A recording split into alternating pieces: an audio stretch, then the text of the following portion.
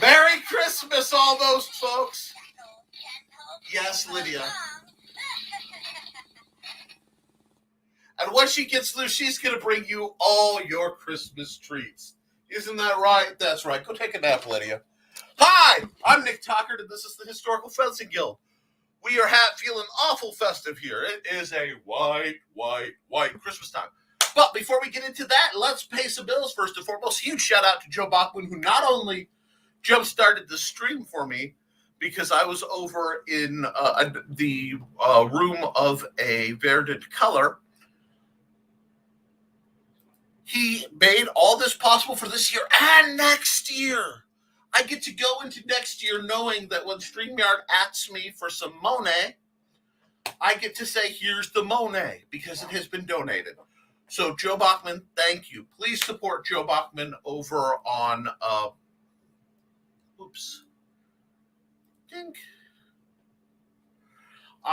visit Joe Bachman on INDIECD.org. And where are your... Oh, I'm in the wrong banner. Boom, boom, boom, boom, boom. Is it there? No, it's not. That's where... Over on Joe Bach Tech Apps. That's bit.ly/JB Tech Apps. He makes things possible. We're also, of course, made possible by sales of the Simple Sword, the Fighting Axe, the Simple Spear, and the Big Stumpy Robots line of books and games. And Hybrids of Sons of Gods, the role-playing game, available through Lucestone Studios. The rest are available through Amazon. Now, but the most important are the wonderful people right here. Support on Patreon, patreon.com/thehistoricalfencingguild. You guys not only give me light and positivity and the funds to keep going, you just make it where I can do this stuff. I know I look a little discombobulated. That's because it's cruising around negative something, and we've got probably 50-mile-an-hour winds outside, and it's colder than a well digger's hind end.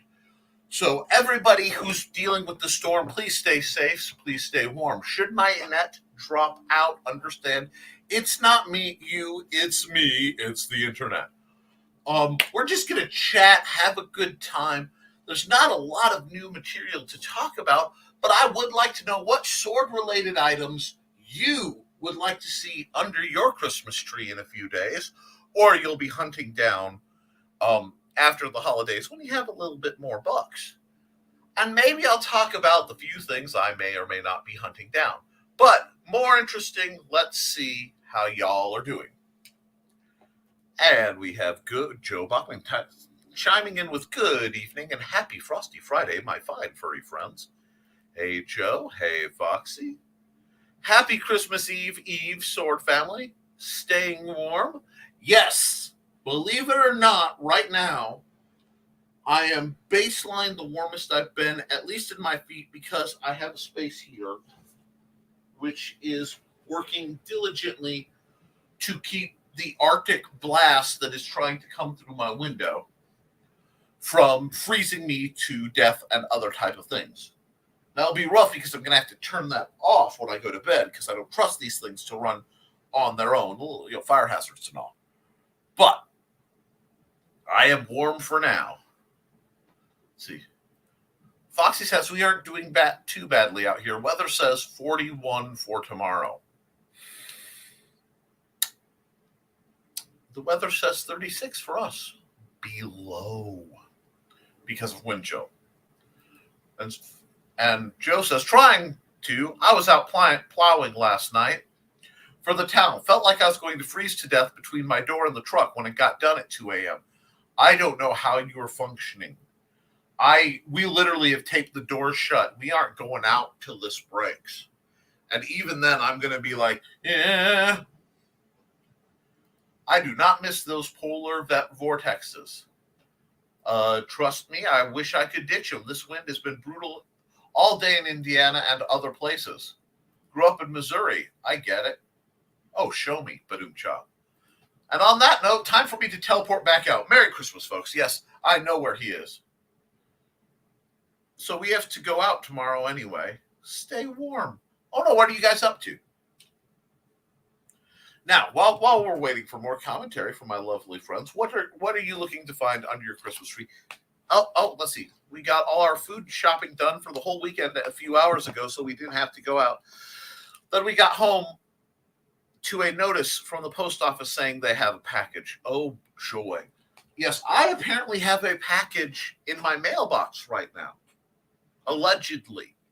However, given that it's 30 some odd degrees below zero wind chills, my furry butt is not going for it. Not at all. Even though allegedly it's a Christmas present for me. We shall see. So that's a thing. Yes. Oh. And that if you're an independent creator, go to that site. For a flat fee, a very, very small flat fee, you can get a lovely place that you're hosted. And we'll just do this real quick so I can do that. There we go. But yeah, this time of year can be tricky. It's tricky for a lot of people in the martial arts field. It's tricky for your families because, you know, I understand what it's like when people ask, what would you like? And you don't know because it's like, either you tell them, I would like a gall. My brain did a complete beep. You know, a specific trainer from Purple Heart Armory. Send them the link, they'll still get you the wrong thing. So I understand with those of us with niche interests. I am kind of after a small sword, but it has to be the right small sword. So, you know, that's one of those where I'm just going to chase it for a while and we'll see. A lot of it will depend on how my health continues to improve. But the other thing is we got to keep an attitude of gratitude around these parts because we are very blessed to be in a situation where we can still study this sort of thing.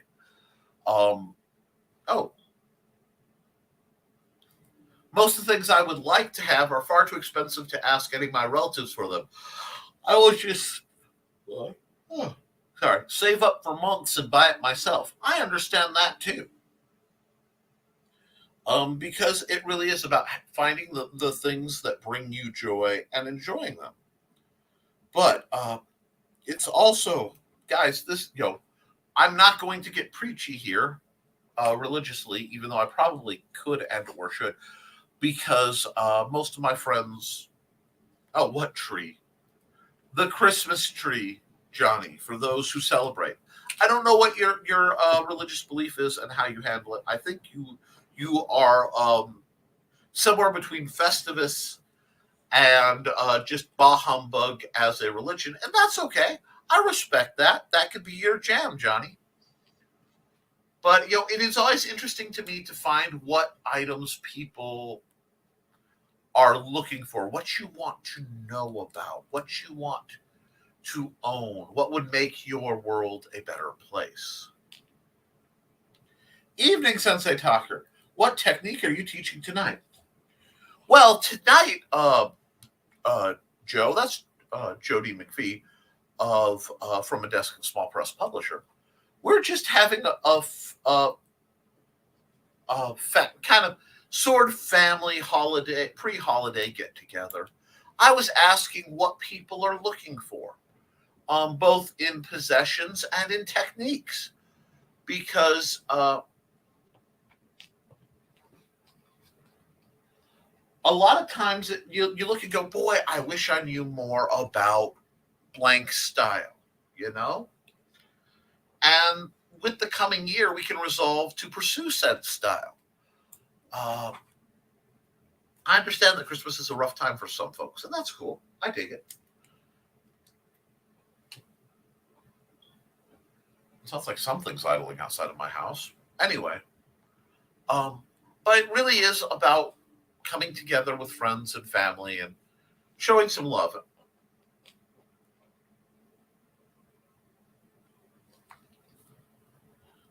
Let's see. We actually have a fair amount of presents under our tree. Probably the most we've ever had since we moved in. That's fun. the small one you grow for decoration, Johnny. I only have big ones outside, and the crops. Pretty sure there are snakes out there. Only. Well, I mean, that's great. Snakes are a wonderful, depending on the snake, they either keep the rodents down or they're a wonderful source of protein and boot wear. You know, tan snake hide makes some neat leather. Yeah. I'm doing my best to study some European masters so I can better serve my students who aren't interested in Asian styles. Fascinating. Uh, well, do you know which particulars you're leaning toward? Well, the snakes are colorful and can work as garland. That's another good point. You know, just hang the little rattles off the branches and such. Sure. Oh. I was asked to do a holiday show in which we discussed the techniques of fighting off certain holiday entities such as Santa, Krampus, your assorted elves, and Frosty the Snowman. I don't believe.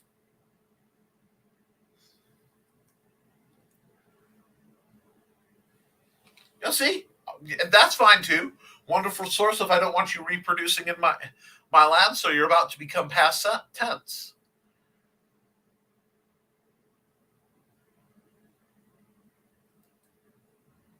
I like the holiday.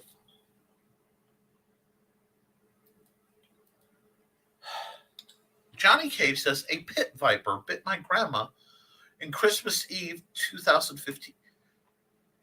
I'm starting to see why you and Christmas aren't necessarily the best of buddies, and that is respectable. Horrific, but respectable. Yeah. See, I have a tactical dislike of many snakes. Ouchie. Don't need any reminders of why I spent my day off cleaning and not working on comics, making others feel more festive than what I need. Just happy with a happy holiday and a present if I get one. Yeah, you know what? I made I don't expect presents. I've never that in part that was trained out of me at an early age, and once you have kids and stuff, I just want to see people happy, and because of my financial situation being how it is, I'm what's called functionally broke. I have money, but it's after I pay my bills, I have substantially less, and it's best not to be stupid. I'm not longing after things. I need to clean out a bunch of things. Now I'm excited about next week's show almost more because then we get to talk about New Year's resolutions for the sword fighter, and I think that's a good thing to talk about. Stay warm out there, everyone. I have no option, Frog. Yeah. I used to, is Fiore, Meyer, Agrippa, Littenauer, and whomever else I can come across. Well, PHA has a bunch of those. And this is pure personal bias. But I do believe, especially if you're working with smaller students and you're working from a practical perspective, Gigante is somebody not to sleep on. I think Nicola Gigante's in the Soleil, The Rapier, is a wonderful book, and Tom Leone's translation, you can find it for like $20. You should be able to find it on PHA. You should be able to find it on Amazon.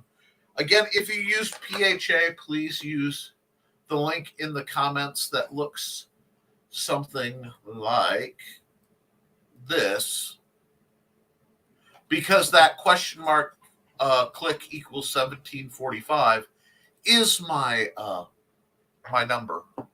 It's my affiliate link. But if you can get cheaper at Amazon, I would rather have you get it cheaper than me get money as a sideline for you getting it. So get it out there. It's a great it's a great volume. Meyer is very popular if you're going to do two-handed. If you're planning to do longsword, Meyer is where you're likely to live. Littenauer's a good place to go. And yeah, and Guy Windsor. Guy Windsor's just a wonderful resource. His Swordsman's Companion is all but required reading for certain people. A lot of that, it's like Guy Windsor stuff will support you yourself better. The students you have may do better with Gigante or even Fiore, depending on their aggression and what stance feels most comfortable for them. Do not be afraid to get into Thibault or the Spanish schools. I think you may find the mathematics and precision behind the Spanish schools formidable, and if you can find them at a reasonable price, Palpable Hit Productions put up La Verdadera Destreza, the true swordsmanship, with Maestro Ramirez. Palpable Hit is ran. Oh gosh, I lost his name. I almost had it. I could draw him, and I can't bring up his name. But Anthony, not Genozo. Gosh darn it. Anyway, a truly formidable and brilliant fencer, and his name just fell out. A swordsman, Anthony DeLongis. A stuntman swordsman. He played the bad guy in so many 80s movies. Oh yes, brain farts. To fill in the gap, could you mail us some warm up here, Johnny? Johnny says, I heard getting across the border isn't the easiest task. It's getting rougher. I mean, we're not bad here, but others are suffering.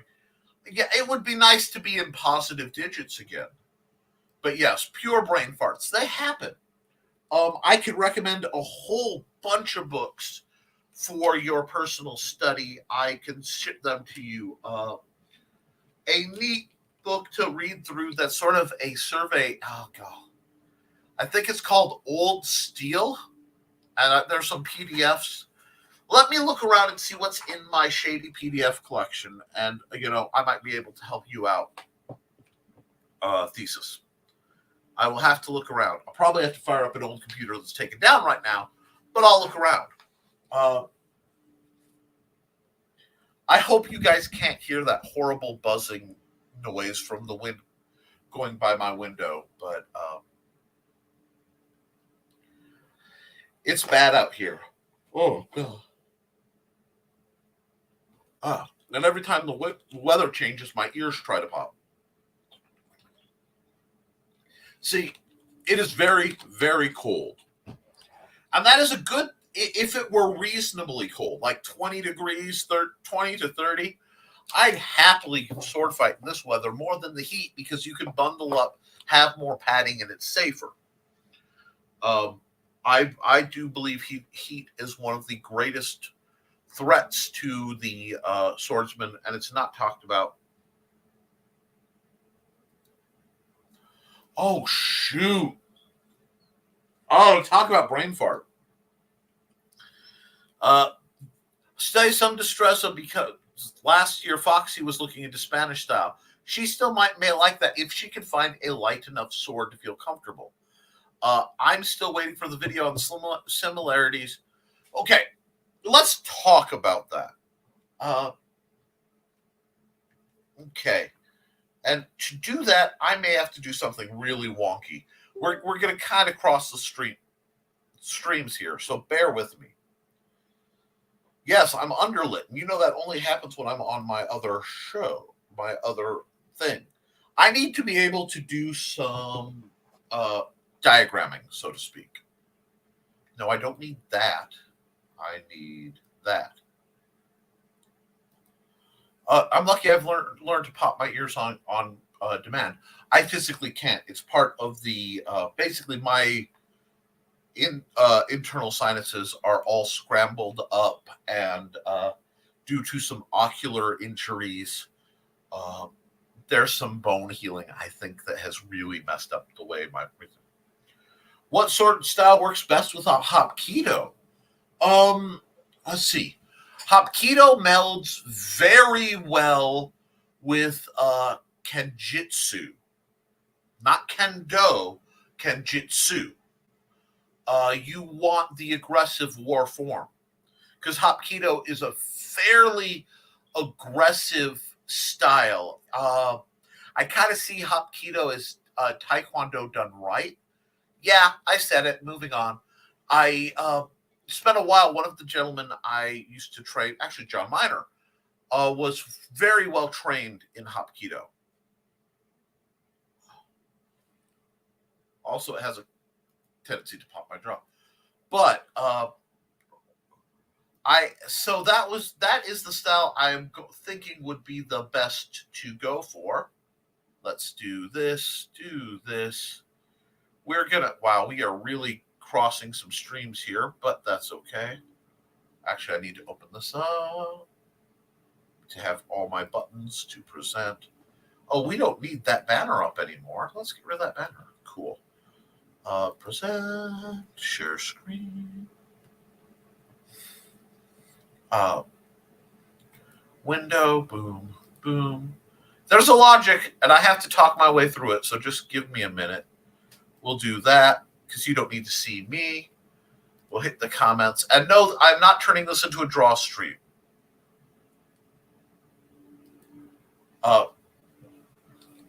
Been studying Bhagavad Gita.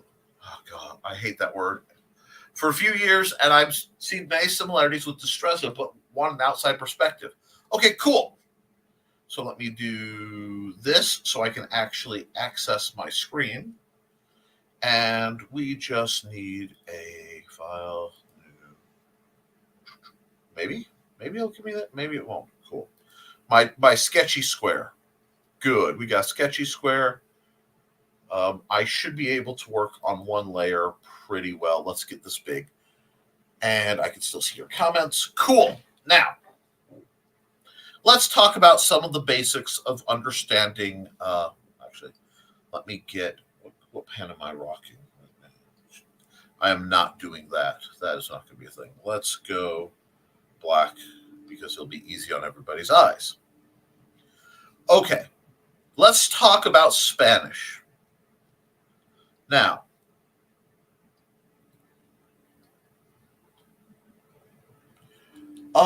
okay, let's see. With ice on the ground, it's good to remember your footing. Good footwork is important. Yes, good footwork is incredibly practical. And let me just put me here. Like this. No, I don't want that. I want you to see. That's what I want. There we go. What about Aikido? I was just trying to figure out if I got back to studying which martial art goes well with sword styles. Okay, with sword styles, and I'm going to get to your deeper in, get back to Thesis's question in just a second. But real quick, with sword styles, Aikido is good, but if you're going for Aikido, you want to pair that with Aido or Aijitsu, because those are styles that run, they were developed hand in hand.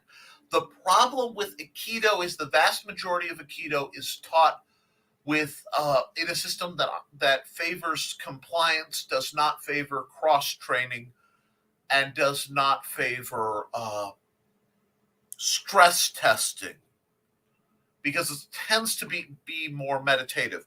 Much like Tai Chi can be very much the a exercise-only style for, say, 95% of people, because while the motions can be learned, the muscle memory, the applications have been lost to a large number of people. Wherein the applications, in theory, are there in Aikido, you will find that unless you test them against unwilling, learned opponents, you will have some problems.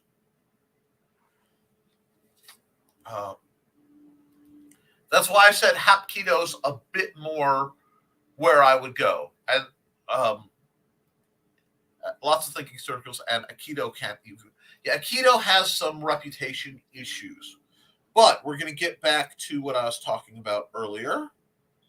Here we go. So this is you, and this is just your footwork, right? You have your lead foot. Pardon my sloppy handwriting. And then you have your opponent. Lead foot, shoulder width apart, right?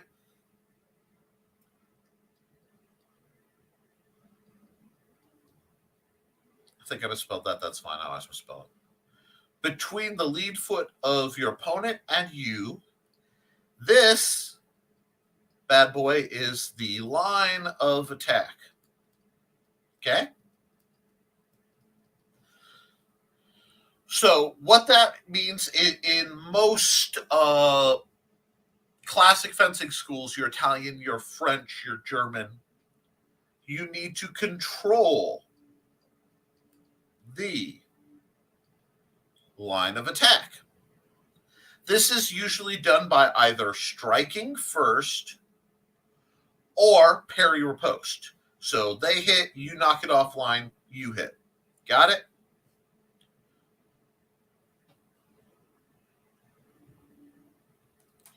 I don't think that they're okay. I don't. These is Johnny says I don't think there's a hand-to-hand martial art that lends itself to having a sword in hand. You're absolutely wrong. Several martial arts work very well with that. Many of the Chinese hand-to-hand arts actually work better as weapon-based arts, but they keep the same muscle memory. That's why some of the motions don't quite seem to make sense. That's a wonderful Muay Thai with karambits. Muay Thai combined with Screama is devastating. And yes, you can, and it is regularly practiced that way. They combine flawlessly. Sword arts aren't as popular, but there is a version of a Screama that's taught by the United States Marines to the Filipino Marines. I cannot remember the style name, but they actually carry bolo knives instead of the standard K-bar variants that most Marines carry. They're absolutely, believe it or not, Tai Chi makes a lot more sense as a style when you look at their motions from working with a jin. Tai Chi's Parting the Wild Horse's Mane is a sword draw. Suddenly, these cross-fluid motions make a lot more sense. It's a way to train in the sword without having the sword there. It's looking for aggressive, advantage opportunity style versus defensive. I feel like I would enjoy Aikido more than Hapkido. And you could. You have to make sure it paces. Look at that. See, I'm not the only one, and there's no way he could have known I was going to say that. Thesis says, Parting the Wild Horse's Mane is a Yang 20 from Yang 24, which is where I usually live, is basically drawing a sword from a scabbard. Lots of Chinese styles make sense in your hand. Take a look at Wing Chun, that spinning fist thing, and then put butterfly knives in that hand, and it starts to transfer over. So we have two conversations here. There are a lot of styles. Let me address Spanish versus Bagua for a bit, and then I will get back to that. Okay? Cool. Now, let me double check something before I go any further. Yeah, we are groovy. This is the line of attack. The line of attack, let me clear a little bit. Oh, wait. Clear a little bit out of, oh dear. Fine. We'll just do it this way. clear a bunch of this junk out real quick. We need to get right back to the roots because this is a fairly serious discussion. So we're controlling the LOS, right? Now, hi, Devil Flyer. That's every other style. The Spanish style, however, so let's grab another color so that we can think in a different term. Actually, what I want to do is I'm going to do this line of attack. The Spanish style takes that line and makes it into a diameter. And then instead of putting their foot on the line, so give me another color so that we can see this easier, they rotate their foot to a different place. And what that does is gives a tangential line, which mathematically is shorter. What does that mean? That means, one, with a longer sword, you can gain an attack without ever moving your arm and not looking like you're objectively stepping towards somebody. I miss the old whiteboard, the Phineas J. Whoopi 3D BB Tech. It will be coming one of these days. My study isn't ready for that again. So this is where most of your attacks come. It's much more footwork based than blade work based. So let's grab myself another layer, and we'll hide this layer, and we'll put this away, and we'll put this here. Bagua, from my understanding, and it is fairly limited because it is not my bread and butter, is a movement-based style. Oops, So using a similar basic footwork, this is your right foot, this is your left foot. And now this is simplified for the purpose of discussion.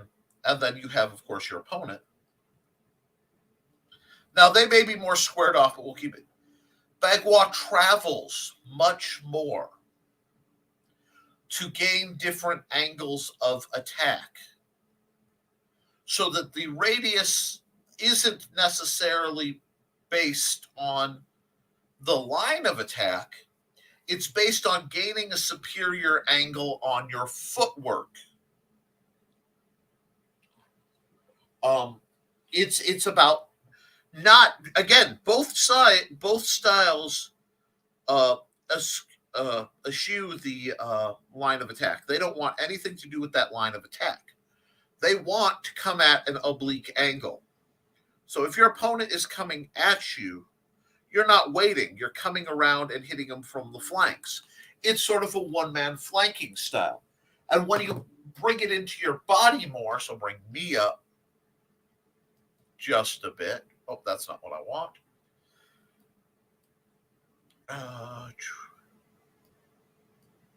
Let's see, solo layout. When your attacks are coming, your body is flowing, the majority of your upper body especially, is off the line of attack, and it's coming around. So it's broader. What you get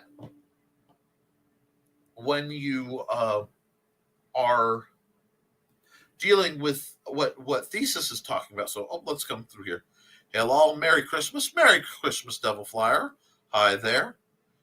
Miss the old whiteboard tech. Most Japanese fighters had trouble with my style because they want a straight line and I fight in a circle. This is one of the basic things to understand about knowing your footwork, because I learned a lot. My first teacher was a Japanese influenced. He was into Shotokan karate, and he was very accomplished at that. And I would never deride an actual accomplishment. But we'll bring this back up. If your opponent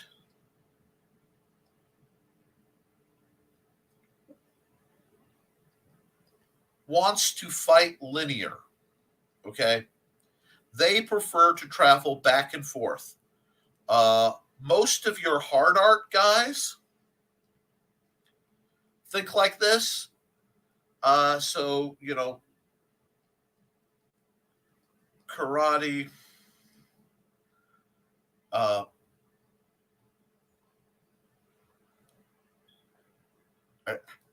howdy, Sydney. Some boxers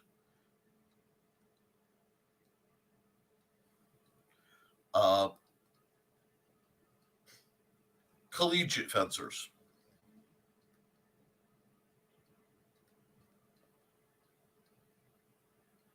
This is why I type my books, not handwrite them, guys. But they want to go back and forth on a narrow strip. Okay? These are the guys you force to circle. You don't fight them where they're comfortable. Now, you take a lot of your softer art guys, most forms of kung fu, for example. Sorry, my dyslexia flip that over. Kung fu.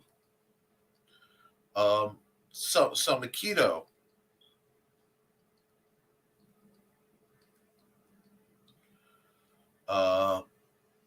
Definitely Tai Chi. Bagua. They want fluid circular motions. That means what you want to do when you're dealing against them, you want to retreat and come back at obtuse angles. You want to force the fight to move how you want it to move. So you are counter dancing. You are counter stepping to whatever it is that they want.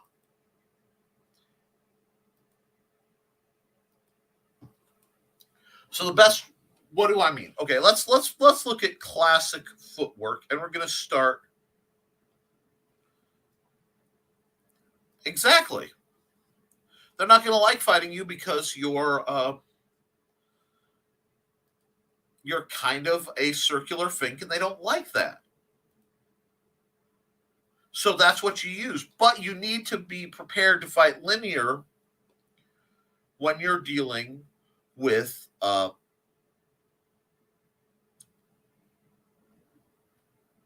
very circular opponent, because you don't want to fight them in a way that's comfortable. So one thing you get out of studying Spanish is you get what's called the circle and the cross. Okay? Sorry, this is sloppy. It's been a long time since I've given this lecture.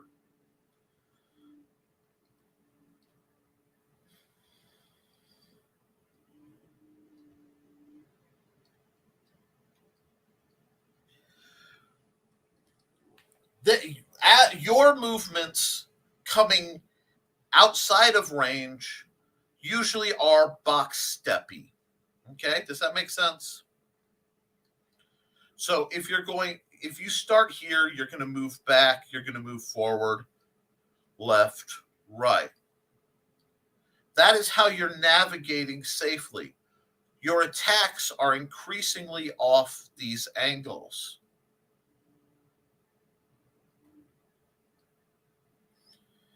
Okay, this is the sweet spot. Okay, this is gold. This is great. If you can get behind your opponent and stab them, do so. Once the sword fight happens, anything that gets you behind them, hide that, is I hit the wrong button. Right click, eraser pen. I bumped it and it's giving me white again. Hold on, there we are. That's what you want. You want to be behind your opponent. Now, this seems dishonorable because allegedly it is. No, what is honorable? Honor is how you get into the fight. Once you are engaged in the fight, you put them down. So you are always looking for the blind side behind them if you can pull it off. If you can't, getting them at a flank is preferable because you don't want to fight them with their power versus your power. You don't want a yang approach in tactics. You want to come from an advantage.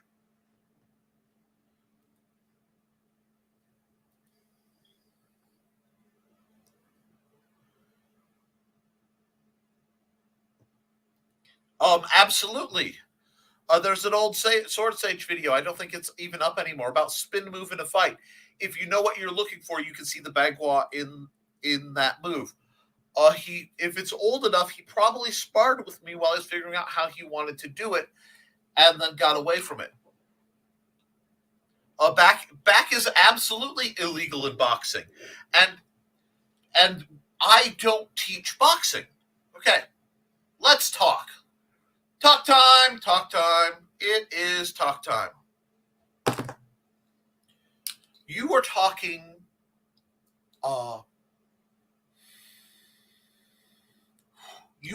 about the conventions of boxing.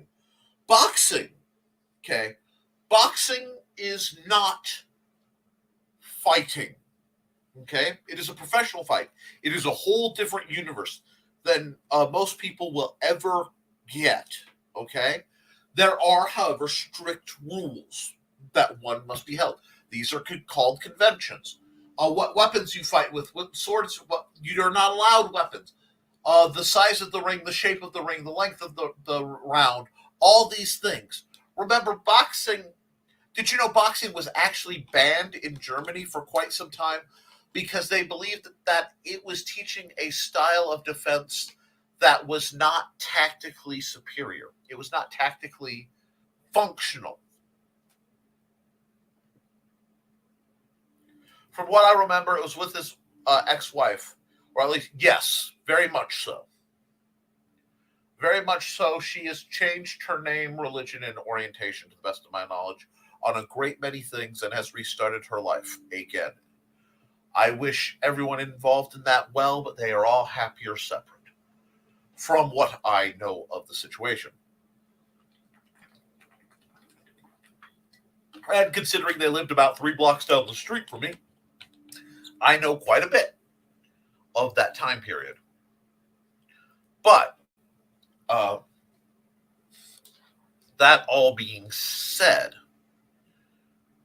you can't, for what we're teaching, I teach from the perspective of melee combat usually.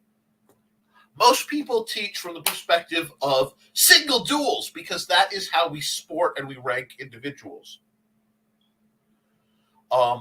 I teach from a melee perspective because it's the closest to practical. And I like to take historical styles and put them practical. This is why I'm like, if you want to learn, study the knife techniques of the Marines. Study the knife techniques of the SAS.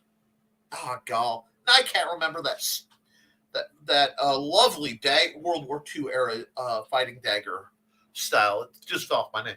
But the point is, it's fascinating to see.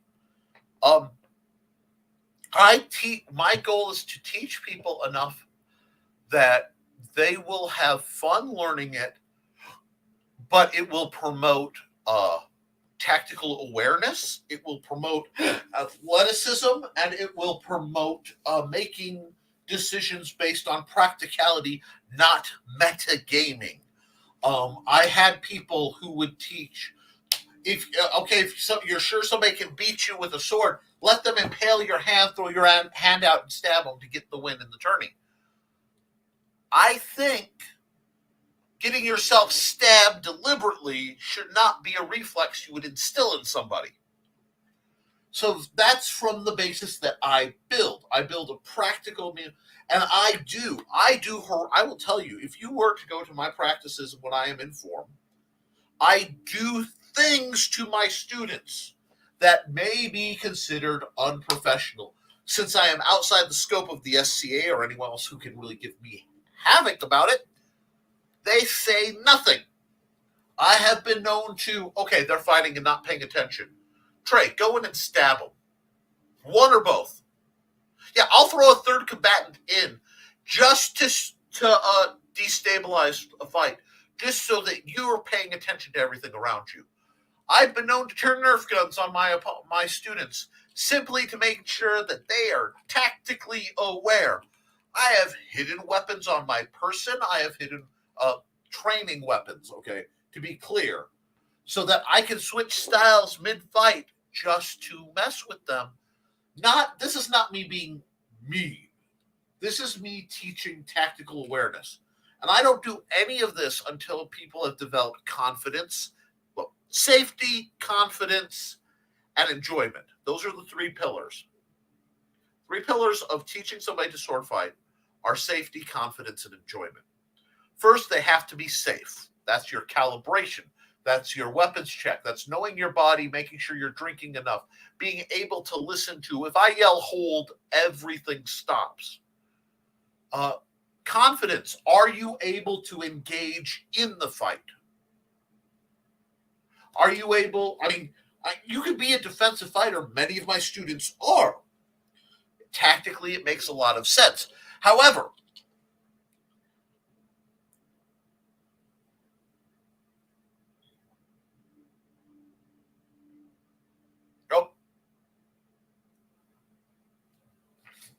okay. However, I teach them to be ready for that because I have seen I've known good people who've been severely hurt because they relied on the reflexive expectations of honor and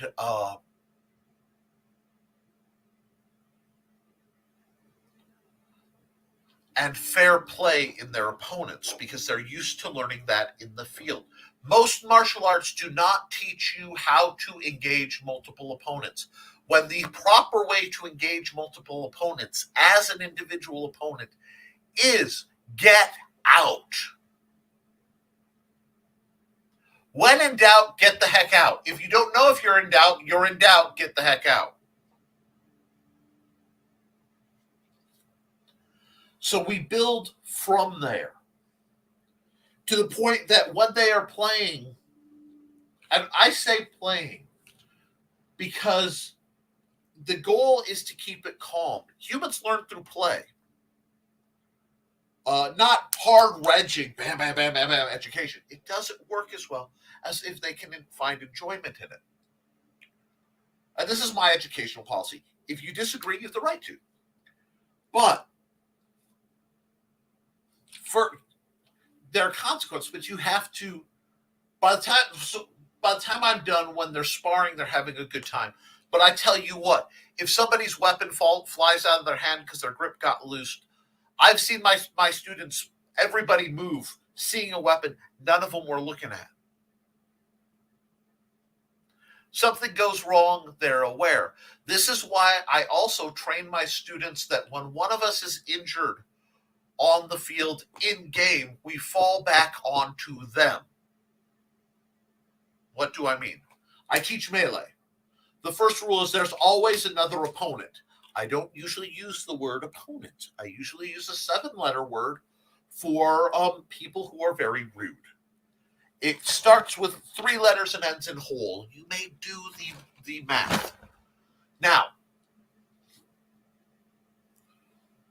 my basis theory on this is I want you to be aware. I want you to come home alive. I've been in real life knife fights.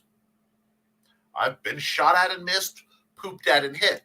And the only reason that I am alive on all these occasions is because I was tactically aware of what was going on. If I were looking down at my phone during any of these, I could be dead. So while I teach it from a light perspective, I teach it from a reality.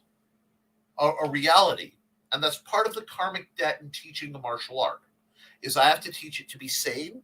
I have to teach it to be, and because I can't teach you to be a superhero.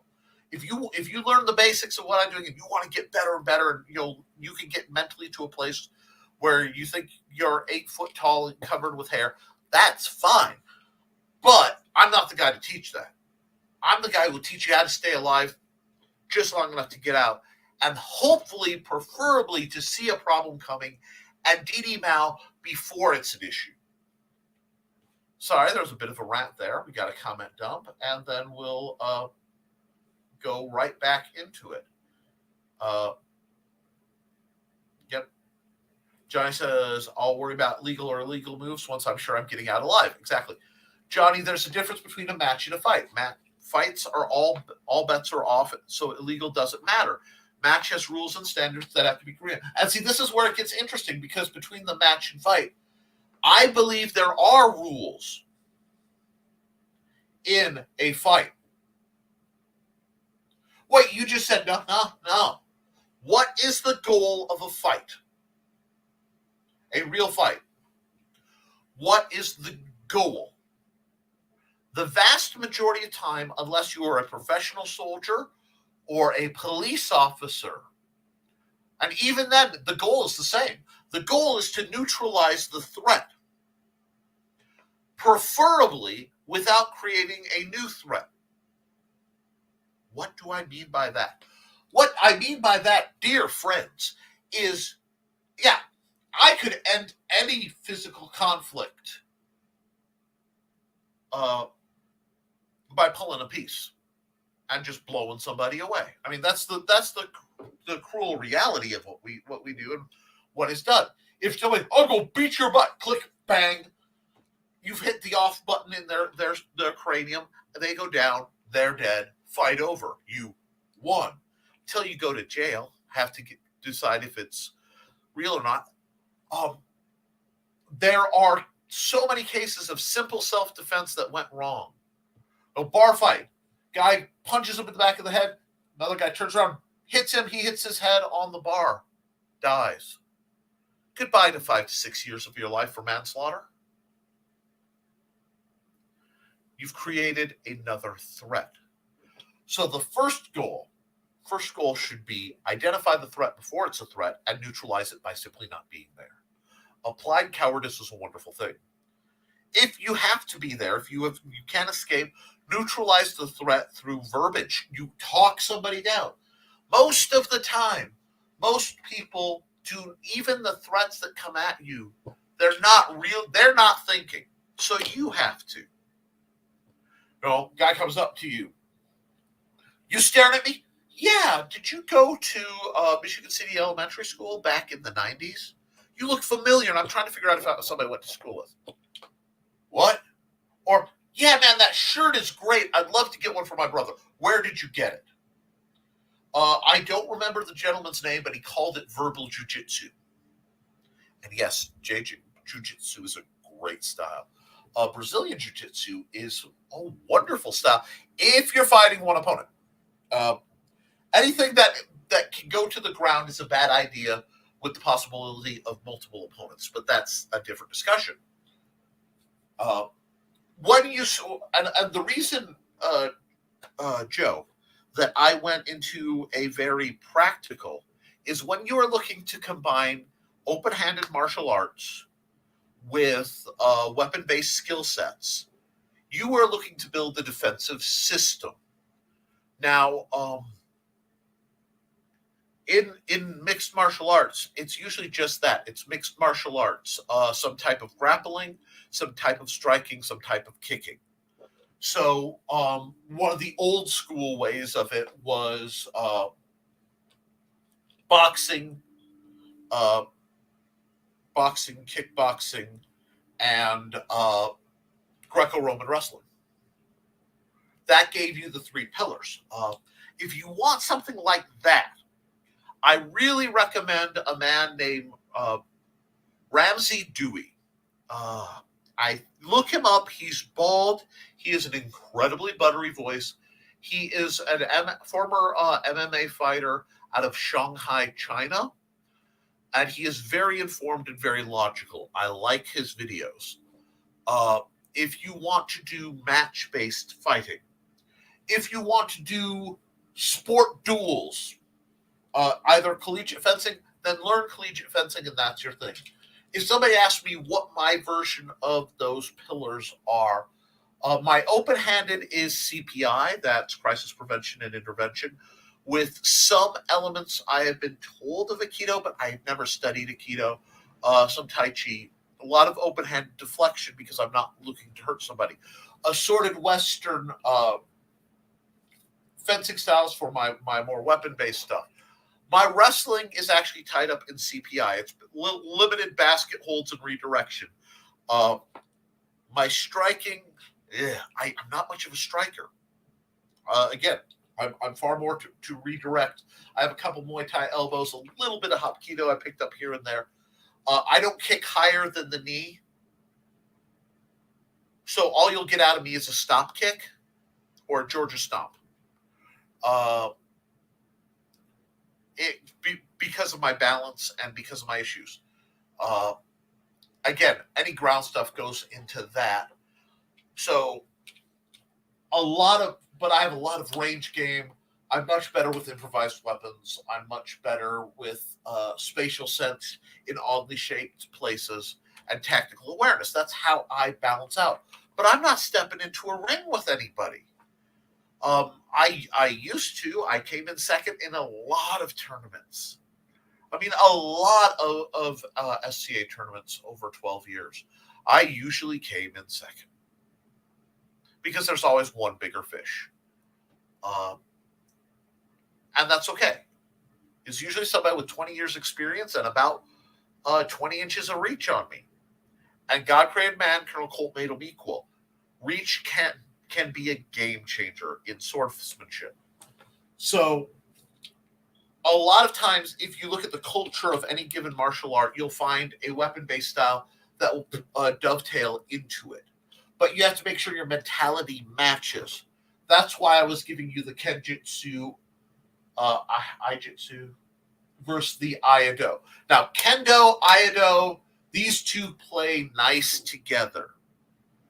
Kendo, I'm sorry, not Kendo. I'm sorry. Aikido, Iaido play very nice to each other. They get along well. Similar movements, similar mentalities. Balancing all that is what you have to find when you're developing your own. When you're doing what I recommend, which is finding your fight. And the trick to that is simple. Finding your fight is simple. You learn enough basics to know what you are doing, what you're reading, to become a critical student. Then you learn your own proclivities. Am I aggressive? Am I a jump in their shorts kind of fighter? Wing Chun might be all your bread and butter. Are you a more long-range, long-limbed, whipping kind of boy? Then you definitely want to look at something like Bagua. Find a style that fits your movements, that fits how you move naturally. Same way with a weapon set. If you are a stout, okay, I am a rooted individual. Avatar, I am an earthbender. Sword and board may be your bread and butter. Give me my shield. When I move, I will move with my shield as an aggressive line. When I don't move, nothing gets past. I am the wall. Whereas, again, Bagua, Tai Chi elements of Jin, this is going to give you a more fluidic style. A lot of your Kung Fu's have, Kung Fu forms have more fluidic stuff. Your Mantis, you think of the style and how it moves, and then just start adding the weapons in your mind, and you can start to tell what will work and what won't. Because what you do will be muscle memory, which is why my system, Secret Talk Time, my system, the Simple Sword, and all the books that come on are stacked on this thing. This is the foundation. I'm going to tell you why.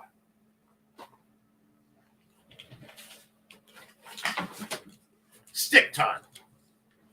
If this is a little short knife, I stab. If this is a sword, I stab. If this is a spear, two-handed, I stab. My arm's doing the same thing. If this is an axe, I hit. If this is a sword, I hit. If this is a club, I hit. If this is a two-handed weapon, I hit. If this is a staff glaive, I hit. What I have worked on is to build a simple, elementary level style that can be enough, or can be a basis from which you can pursue other weapons and styles without sacrificing muscle memory, nor seeking out and developing training scars. Because training scars is not a wound that leaves a mark. A training scar is something like if you've worked on your calibration for so long that your calibration is perfect and you get in a real fight, you may not overly drive through your opponent to actually do the damage you need to. Or you've been training a very hard, aggressive stuff, the equivalent of a heavy fighter. Bam, bam, bam. I do spear work, thud, thud, thud. You're used to trying to hit a guy through layers of mild steel so that they feel it, and you put a rapier in their hand and you'll L-bend it. I watched it happen.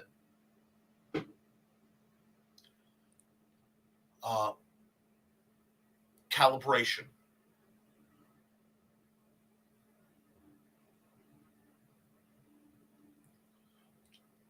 Lack of or improper for your style becomes a training scar. And I will tell you, if you are used to fighting and not striking somebody in the back of the head with a rabbit punch, if you do that and you train yourself to do that in a real fight, you won't do it. And if you train it in self-defense, you get in a ring, you're likely to do it. That's why I commend, I'm sorry, I'm getting a little warm here. My coat is tangled up in my wheelchair. I commend learning ahead what you want to do and building from it. Some people, they just want to get out and sword fight. Cool. Here's safe. Here's fun. You get to feel like you're Driz Do'Urden for a while. Some people need to learn to control the anger. Absolutely. This is what calibration is for. This is what speed drills are for. This is what duration training, stamina training is for. This is what I get to put myself through in the spring for. That journey back. But, wow, I'm sorry. I've been talking a long time. Let's get into the comments. And we have quite a lot of comments.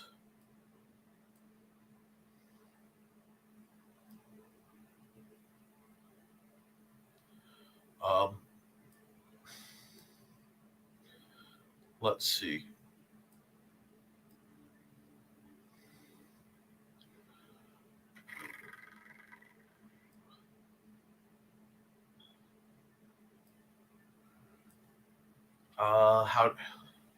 How do y'all? Cindy, hi. I don't know if I missed you, but hi. Foxy said that I don't fight in circles. I live in circles constantly. Yes. How you think who you are will determine how you fight. Unless you are gone through a military program that breaks you down emotionally, mentally, socially to nothing and builds you up into a cohesive unit. That's how you get a United States Marine. So this is why, yes. Choreographed fights in movies are very linear because the fight, if it's done right, serves the purpose of telling the story. And it's easier to film. Okay. Good outfighter in boxing has a knack for getting buck to commit to a line. And yeah, that is the same principle as Spanish. It's part of why I took to it. My dad very early taught me some basics of boxing. I mean, very basic stuff, but it affected my approach to fencing when I started out. Classic saber came in a lot. These lines, it's how you see the lines and you get out of the way. Let them overcommit because they bring, and then their force is multiplied with your force. That's how you maximize yang. The yin accepts their attack and lets it divert. The yang adds your force to their body's force, not their attack's force.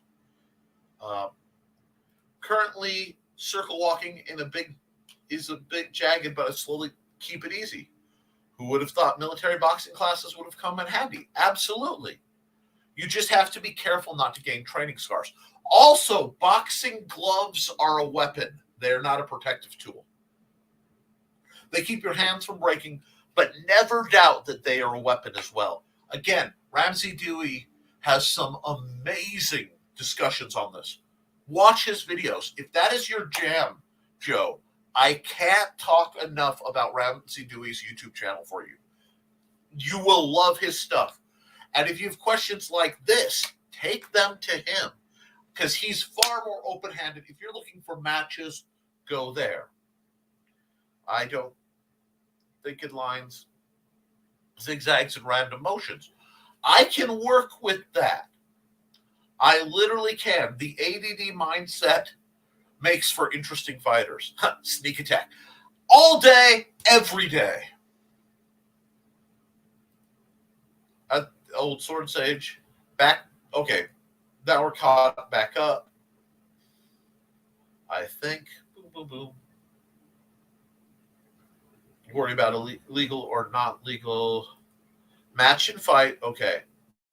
There are no such things as a bar match, only a bar fight. And we talked about the limitations because you don't want to kill anybody. Exactly the point. A black belt in jiu-jitsu can stretch anyone in the streets. Won't matter if the person on the ground has a friend to pump their head while they're at it. That's B. That is absolutely BS, Johnny, because I've seen it happen. You cannot underestimate the dramatic power of a Georgia stomp onto the side of somebody's head.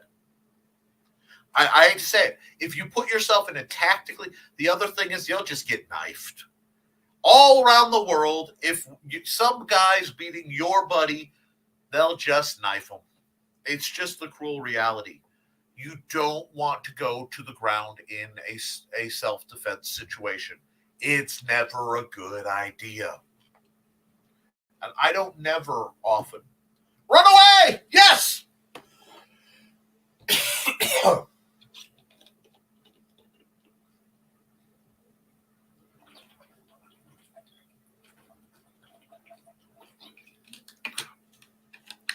Paranoia isn't always a bad thing. Paranoia is another word for longevity, folks. Left lie is the closest to a real fight, but no same. Yes. I totally agree. I wouldn't touch that. Military kindly messed me up with self-defense. Not like bayonet training comes in handy. Or for those who may not get it, think Joust from American Gladiators. My rapier training is only ceremonial. Bayonet training absolutely can come in handy if you have a broomstick. Bayonet is the basis of, it's literally a spear style. It's one of the two primary techniques I talk about. Oldest weapon, 500,000 years old. There are only two strikes the basic practitioner needs to understand. Let's bring it up. This is a little tiny spear for the purpose of this discussion. Why is this a little tiny spear for the purpose of this discussion? A, little tiny spears have been used like this. And B, I don't want to, destroy my room. Two strikes. Stand up. Let me get over here. Step. Turn it into a lunge. Go. Put your body behind it. That's a bayonet. Push through. I need more room. Push through. Push through. That's a pull cue. Guys, there's more to understanding why, but that's it. Absolutely. Bayonet is beautiful. That's 2 meter stick. The SAS fighting manual is glorious about 1 meter stick and 2 meter stick. This guy, boom, bam, bam, bam. Simple Sword talks about this guy for bread and butter. I can do things with this. Now, you'll occasionally see weird things out of me because I've played with enough people and I've cross-trained and cross-prepped. And that's why occasionally I have some strange blocks I picked up from different disciplines, from different practitioners. I may not do a full eskrima, but every once in a while you'll see eskrima blocks, you'll see pommel parries out of me because I picked it up a long time ago. And it just sort of became another condiment on this beautiful, beautiful sandwich that is my fighting style. Flow out, go back in. This, catch with the pommel, push it back through. My bread and butter, friends. Let's see. Absolutely. If you're a scrawny twerp, hard forms aren't that helpful. And you have to remember, I spent a large portion of about half my life, I was very, very scrawny. I have spent the second half building towards fat, and the next third, same length, I want to get into form as I recover from the injuries. But when you don't have strength or mass to oppose it, don't. That tool isn't there, so don't reach for it. It's like, I could win this fight if I had a chainsaw. Well, do you have a chainsaw? No. Then it doesn't matter. I give people fits because my lower body does bagua and my upper body does mantis. I've gotten some interesting looks from people. Absolutely.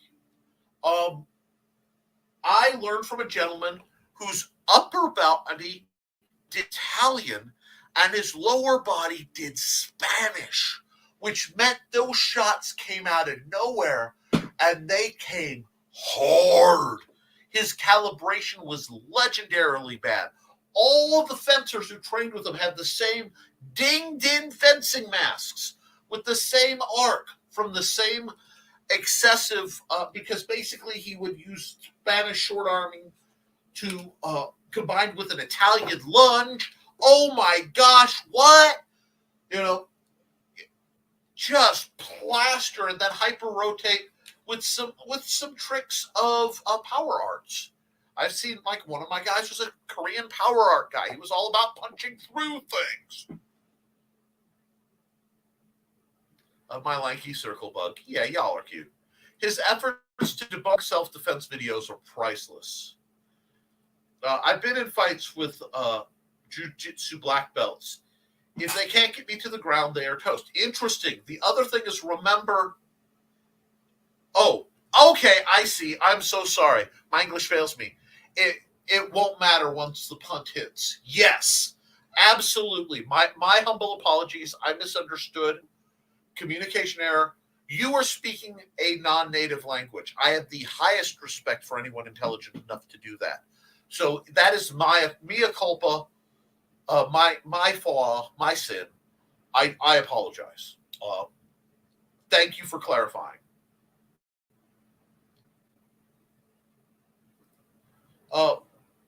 Boxing instructor always jumped down my throat for not taking advantage of parries. Again, my thought process in a fight is not to kill or end it unless the environment does it.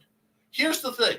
Once the fight engages, your goal is to end it, preferably through escape. Military is different because military is literally trying to build the killer instinct in you for the practicality of you are engaging in kill versus kill combat. It is a whole different theater of operations. It takes a staggering amount of rewiring a person's brain who isn't a homicidal maniac to actively seek out and destroy another human being. And then it takes even more to dewire that as an option. This is why so many combat veterans have trouble readjusting to society, because they have been trained to respond to threat stimuli with sudden, decisive violence. Overwhelming force. You only engage in conflict if you have overwhelming force or no other choice. That was drilled into me in my youth. Right up there with, when in doubt, establish a perimeter. So that doesn't fit the societal norms. And I can understand and commend you for having trouble being that literally bloodthirsty, because that means outside of the military, you are going to be a safer person to be around. And like I said, I respect peacemakers. I also respect the soldiers. I can respect both for different reasons.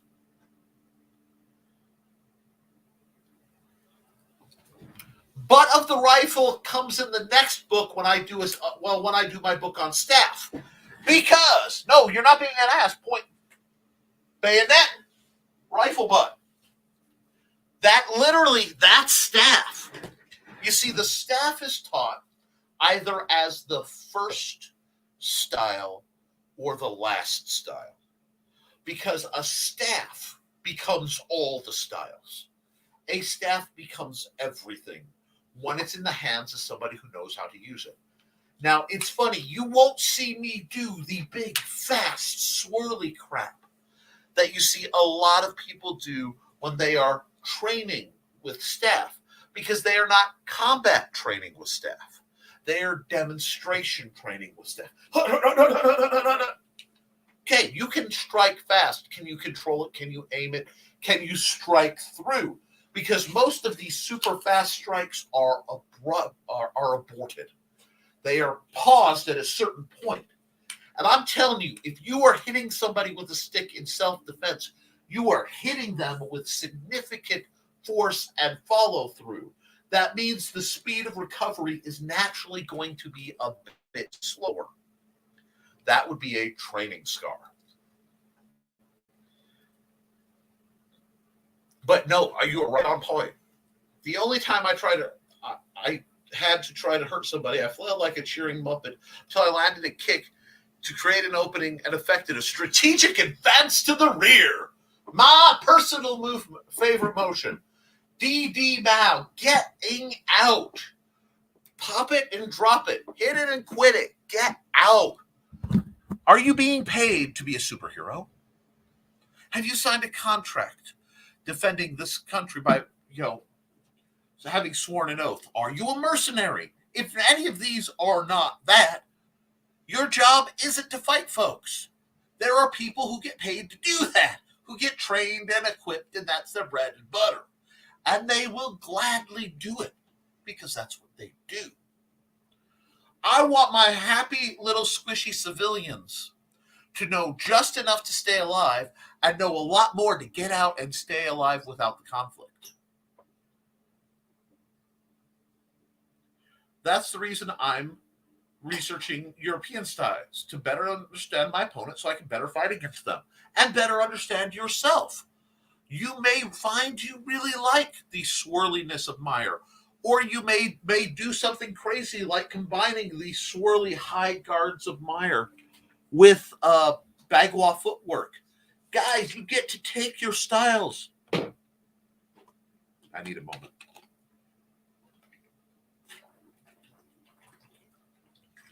Sorry. You get to splice your styles.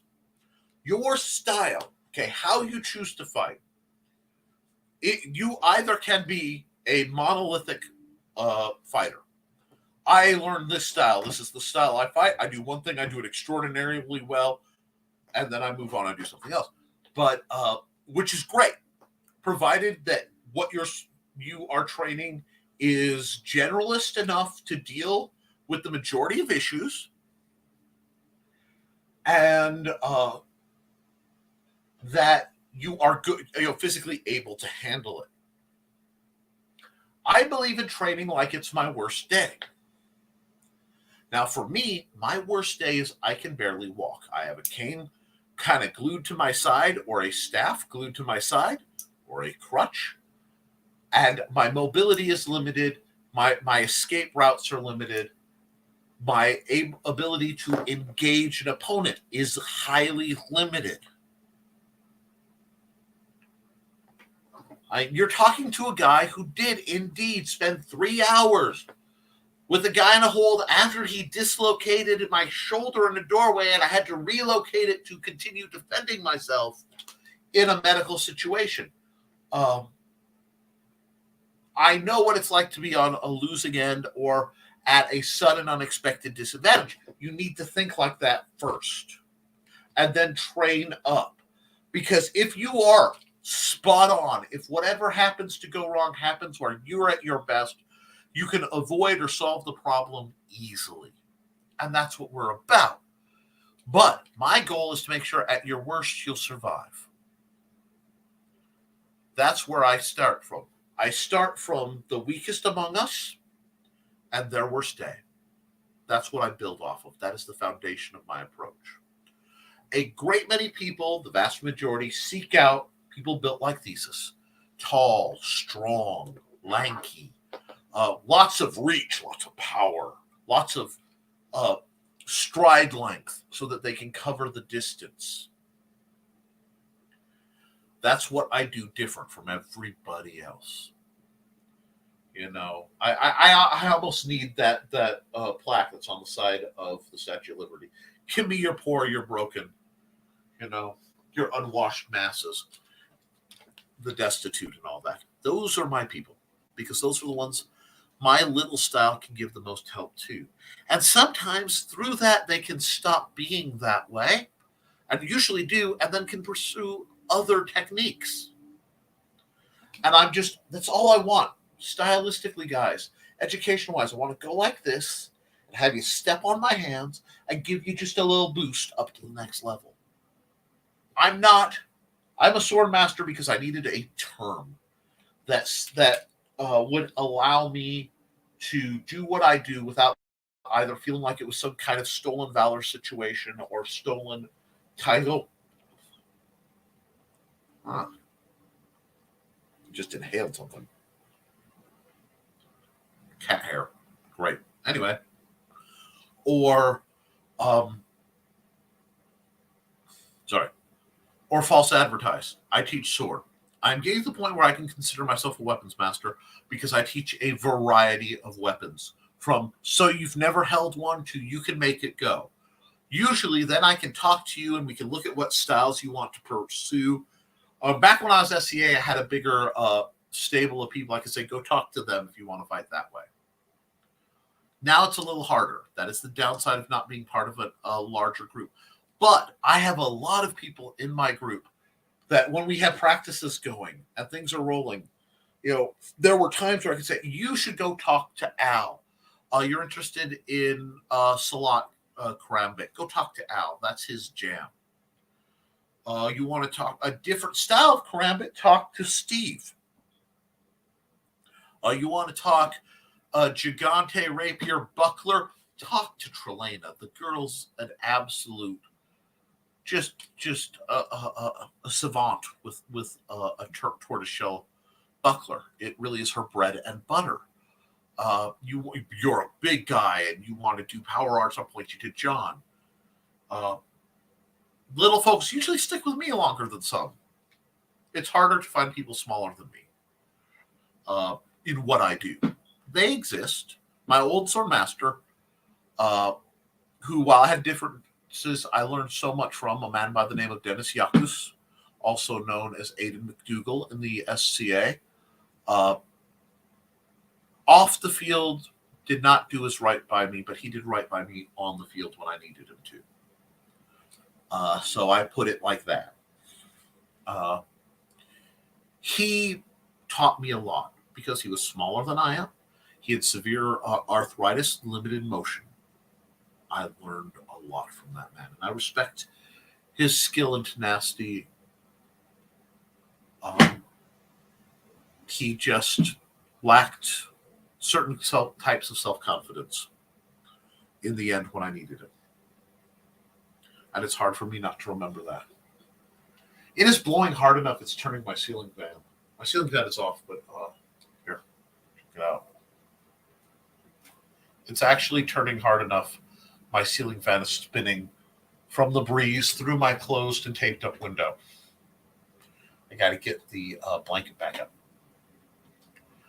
But, yeah, let's see. The other reason I'm researching to understand my opponents, yes. And I'm sorry if I've been a little too talkative today. We've had a lot of quality. When I was still in Boffer, I was told once I needed to be more aggressive. It's not my style. Not everyone is aggressive. Some people, I am what's called the fire and forget. I'm the kind of guy, don't put me in a line. Let me hang off the side. I will find a place to fight. And I will provide a tactical advantage overall. But I'm better at picking it than you are. Just let me do my thing.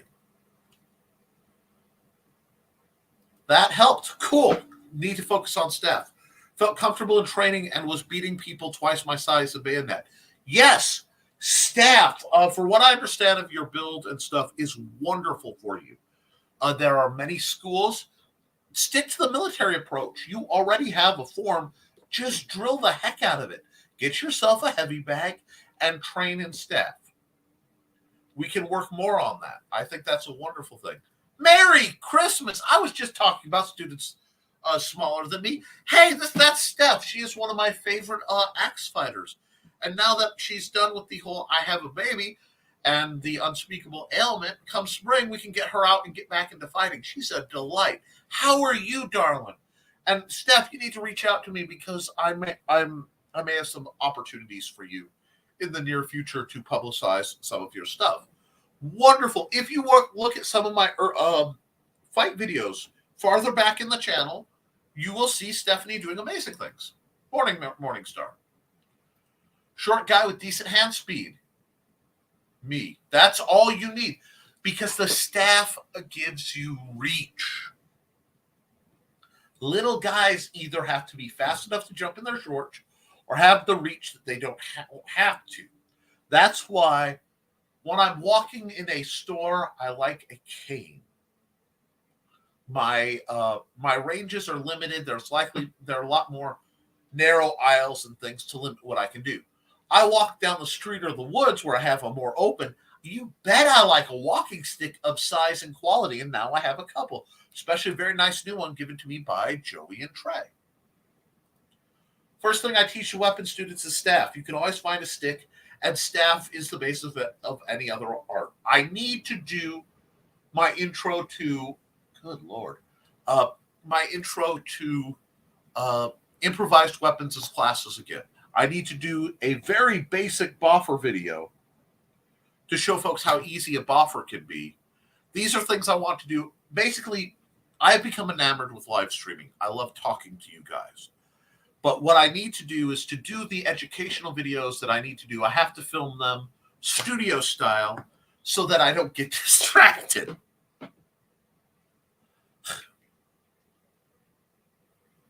There's a reason this Chinese call staff the grandfather of all weapons. Absolutely. Because when you learn them, you're manipulating a staff, it becomes all the weapons. It becomes a sword. It becomes an axe. Because I'm going to tell you, okay, most powerful strike you can do with an axe is a natural strike. It's a downward strike. You slide your hand down and let it go, okay? You can't do that with a sword, really, because you don't have enough grip. You can sort of, but not really. You have to just hinge it. But with an axe, and when you're really serious, especially if it's slightly rounded, watch my hand. I'm not grabbing it at the finish. I'm grabbing it at the beginning. Bam! Axe and staff allow you a whip snap. Wham! You can put a tremendous amount of power into that. I still spend a lot of time twirling broomstick like a rifle in demonstration to keep the wrist strengthened. Yes! And that's why I'm telling you, my friend, go with staff and then look for styles that incorporate staff fighting that you like. Spear is the king, Dao is the general, and Jin is the gentleman. It's interesting because I fight with all four. Due to wrist damage, I'm not as civil as I used to be with my Jin. But Dao and I, even though I'm an alleged fencer and a rapierist at my core, there is something about Dao that feels right. But I haven't found the right Dao trainer to flow right. And I don't know if that makes sense. But now I know to add bayonet stuff to that. Yes. A moving fan. Just what you needed. Why isn't the AC on? Oh, I know. that is the strength of the wind that is coming through my closed and taped, and it blew the blanket off window. Ooh. I'm doing great. John and I are ready to fight again. Yes! I can't wait to see you out here. We just have to get through some weather, and I have to get over some pride of saying I may need help getting the grounds and facilities how I want. And that's something I want to work on in 2023. Yes, don't forget to like and all that. Tefs didn't forget. Thank you. But really, Joe, my book is very, very inexpensive. And while I would say you definitely would learn a lot from the simple sword, and this is sort of my master basis, that was my thesis in case I got hit by a truck. Pick up the simple spear. I think you will find it. It's very, very generalized. And while it will give you very little that you don't know, probably, it will explain it in a way that might help. You have spring break and summer off to help. I'm just going to do it. I'm going to call on you guys. I'm going to call on the guild to help me get the list field. Amanda and I tried to do it. We had to get Ricky to help. And we had a mix of some weather issues. And I fell ill to some of my conditions. And the list field got back from where I don't want it to be. But thank you. I mean that. My next big thing for next year is getting back into Bagua and Tai Chi. My hip is still not 100%, but I'm doing horse stance every morning and it's helping. One thing you have to embrace is your hip will probably never be 100%. So get as strong as you can safely while learning what it feels like and making the adjustment. It's going to be very new for you because you haven't had that kind of systemic weakness before. But it is something that can be learned and adapted because that which we cannot overcome, we have to adapt. And that's okay. Okay, I will add it to my reference. Thank you. And if you're an ebook guy, definitely go get the Kindles because, there's no... what I'm learning textbook-wise, and guys, this is permission, okay? Any of my books, I leave space.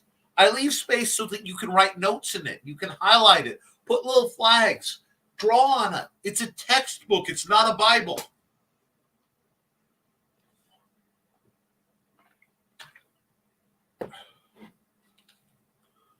So I've been at this for an hour and a half.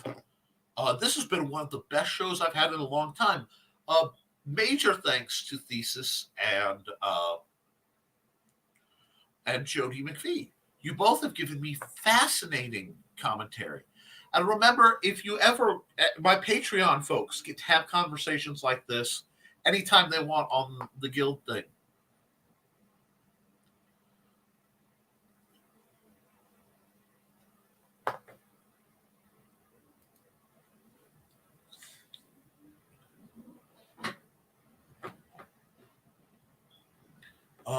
Put the sword in my hand, and I will do what is called a jinhua, or sword flowers. I've been doing it for so long as I can remember. I only recently learned it's a thing in certain styles. Absolutely. Find the styles that exist that work with your techniques. Want to see something kind of nice? I have, for the first time, I found out today, I have my pen twirled back. It's a little slow, but I'm starting to have my pen twirl back. This is huge amounts of effort to get that back. That was a hand limbering exercise when I was doing recreational lockpicking that I picked up from a delightful individual. But the Bible is a textbook? Point taken. Mine has highlighter and it has highlighter, and my old one has the flags all in it and such. Cindy Cap says, yes, get my books, Amazon.com/Mr. Nicholas Anthony Tucker. Thank you, Cindy. And all my links are at, well, almost all of them are at www.nicholastalkert.com. Another wonderful thing set up for me by Joe Bachman.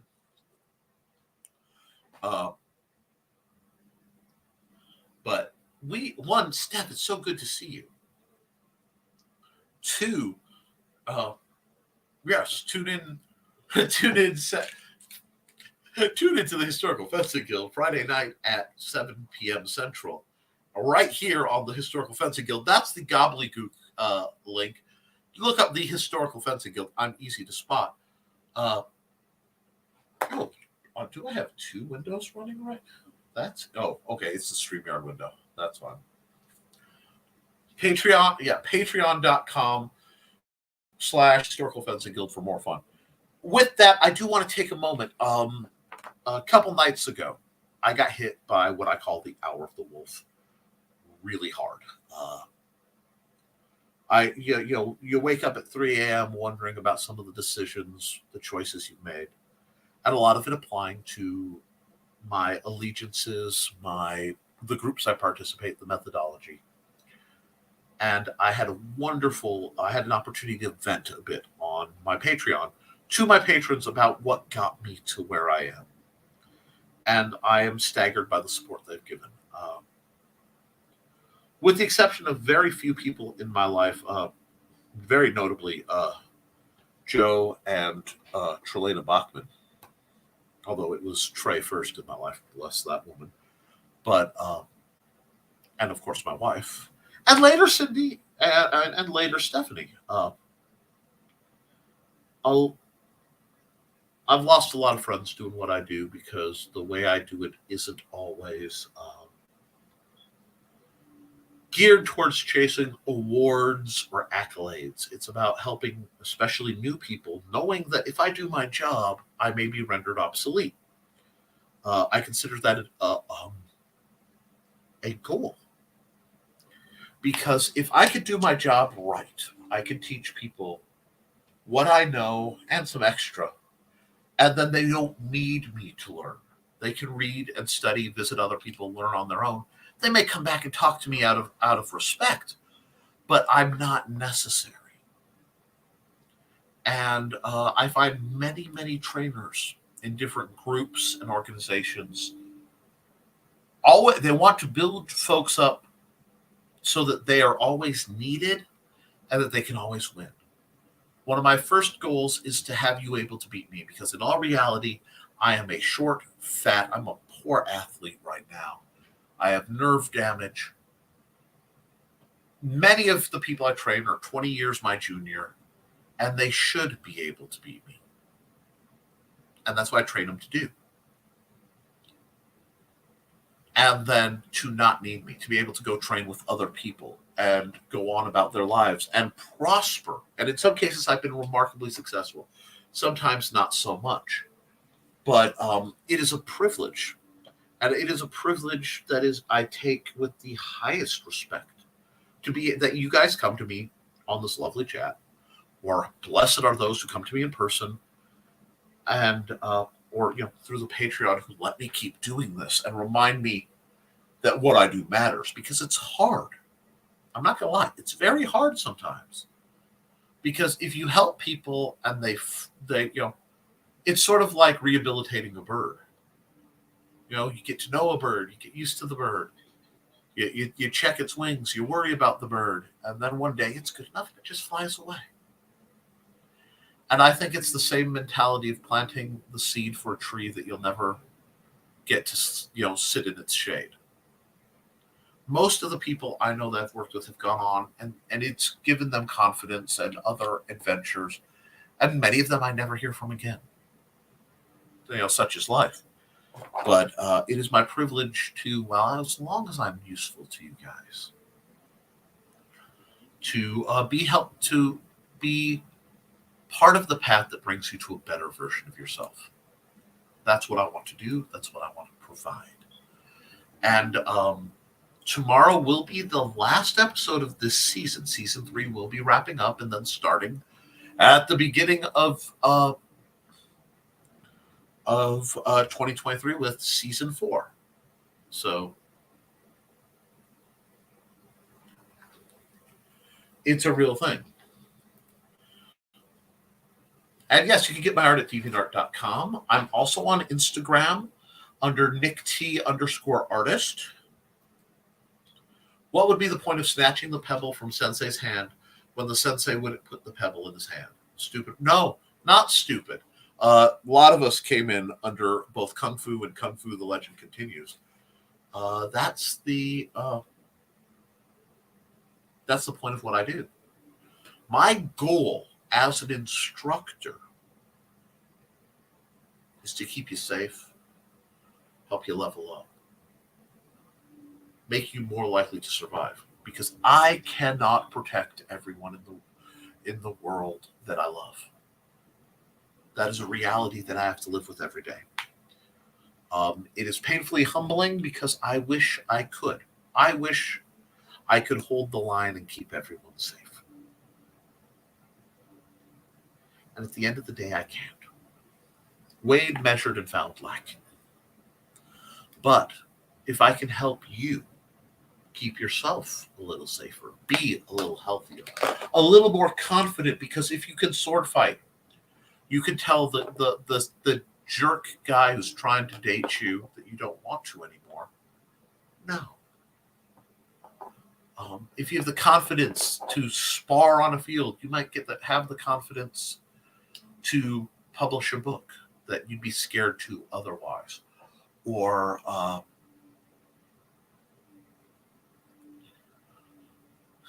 go for the job, get it, and succeed at something you didn't think you could do. If I can give you the wherewithal to analyze a tactical situation in a melee, when you step out of the store and you see where the guys are hiding in the shadows, and you recognize there's probably bad guys there, you can make a decision that might save your life. That's my end game. And in many cases, I am forgotten. In some cases, I am cursed. Usually because when you tell people the truth, sometimes people don't like you. And that's okay. Because I would rather have the people I care about healthy and safe and confident and empowered, and have them not like me than the other way around. I don't know if that's noble or if that's foolish, but that is part of what my way is. And I have to believe it matters. I have to believe that philosophy still has value in this era of pursuing one's glory for one's glory. I didn't set this channel up and start doing live streams to look cool and sell my books, although I do try to sell my books. I did it because I switched to live stream because it was 2020 and I couldn't reach my students, and I wanted to be there for them, even if it was just on a computer screen. And I've developed friends and students who I will probably go my whole life and never get to see face to face in person. I'll never get to hug them or whatever. That's a reality.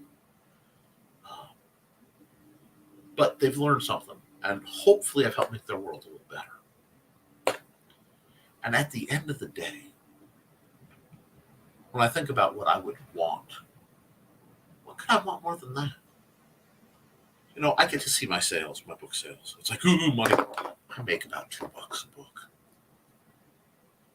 That's what I make. I make about $2 a book. I could inflate my sales, but then the people who need it couldn't afford it. But what I love is I'll see a book get bought in Australia or Brazil or someone. And then a couple days later, I'll either see the next couple get bought, pop, pop, pop, pop, or I'll see more copies of The Simple Sword get bought. And then it spreads. And yeah, the money is nice. After 4 years, it'll be a little over 4 years, I will have made almost $1,000. That is one of my goals. It's an arbitrary goal because that money it goes to buying trainers, and a little portion gets put aside so that I have something that I can contribute to Xander's the money we have decided that we are going, trying to set up for a fund for little men. But it buys trainers, it buys gear, it buys Gatorade and fence posts and things so that when I'm working with people live action, because a lot of them couldn't afford it. Most people couldn't afford it. I've only had one person ever reimburse me for what I do. That was Pete Pidrak, and he asked me to do practices at his house at a time where gas prices had gone up to $5 for the first time ever. And I'm like, I need some gas money. And he paid me in cool stuff, not money. And that's okay. He gave me cool stuff, and I appreciate it. And I got to work with him and his kids. Had a wonderful time. I also stopped doing that.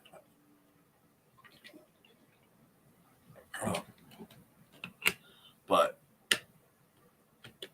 I know of people who ask for hundreds and hundreds of dollars for an hour. And I've seen the results of their training. And I have found it lacking. But I know there are people out there who have learned to sword fight because they met me. And then they went on to be better than me. I am in shock and awe of the success of many people I know. And they don't believe me because it's too sincere, if that makes any sense. But as we near the end of the year, I find myself thinking about that because this is the longest I've gone again without being able to train directly with a lot of people. But through this channel, I'm able to help people. And it's a different way of serving. And that's all I want to do. All I want to do is be of service.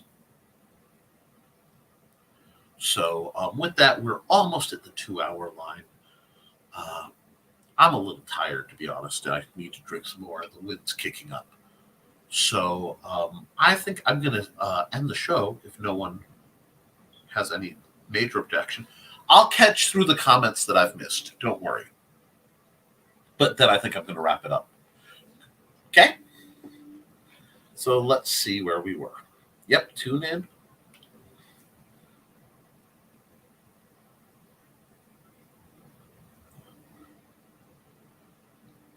Yes, I believe you did.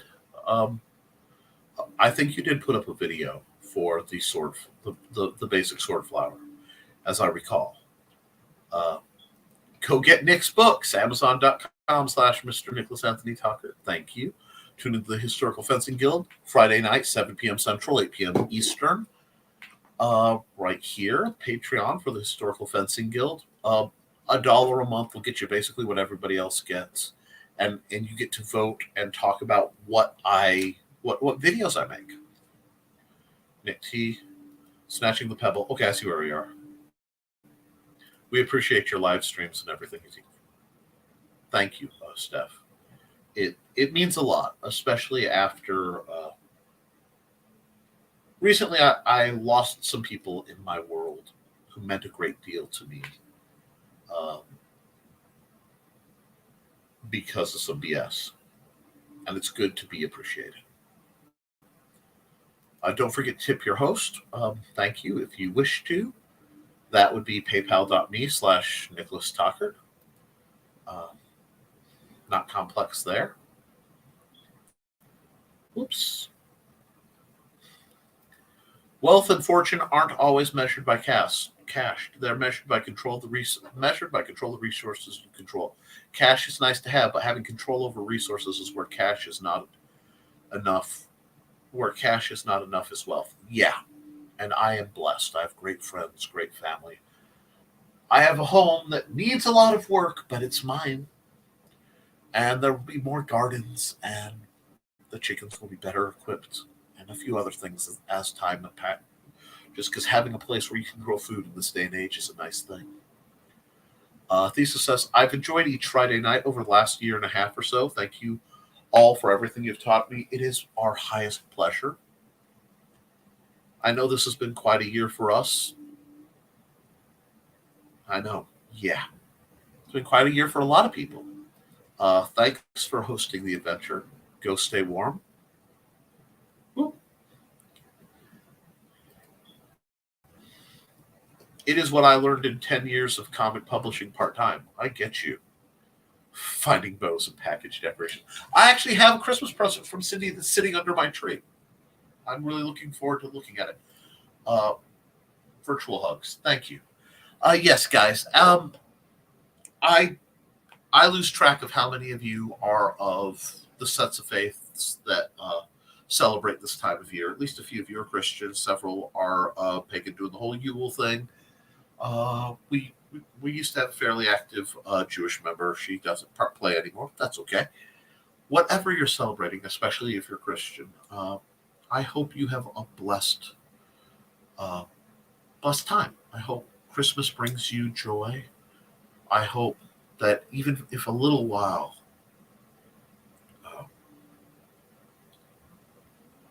joy and goodwill towards men and women and folks who are somewhere in between, or neither.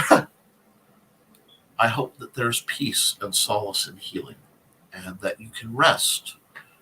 And in the week between Christmas and New Year's, take a breath. Think about what you want to be. When we come back for the last show of the year,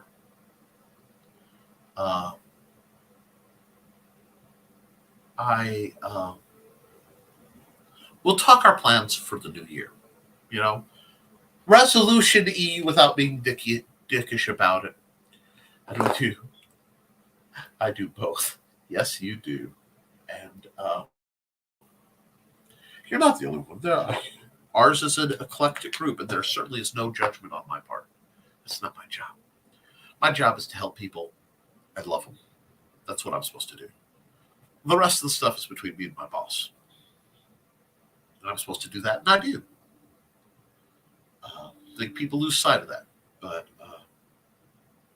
all that being said, Merry Christmas. I want you to have a Happy New Year, but I want to do my level best to be right here next week, right, before New Year's, talking about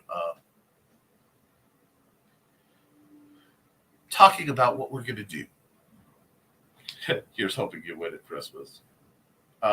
Yeah, I hope so too. And that's a running joke my wife and I try to do. Find the right gift for each other. It's not about outdoing, it's about outthinking. Enjoy your holiday. Guys, I love you. Stay warm. Stay off the roads if you can avoid it. Stay alive so I can see you next week for another thrilling episode of the Historical Fencing Guild. Guys, do your drills. That's what winter's for, is the time to drill up and get back in shape. Keep your eyes open, especially with driving and moving around in this. Be kind to yourself and each other. And as always,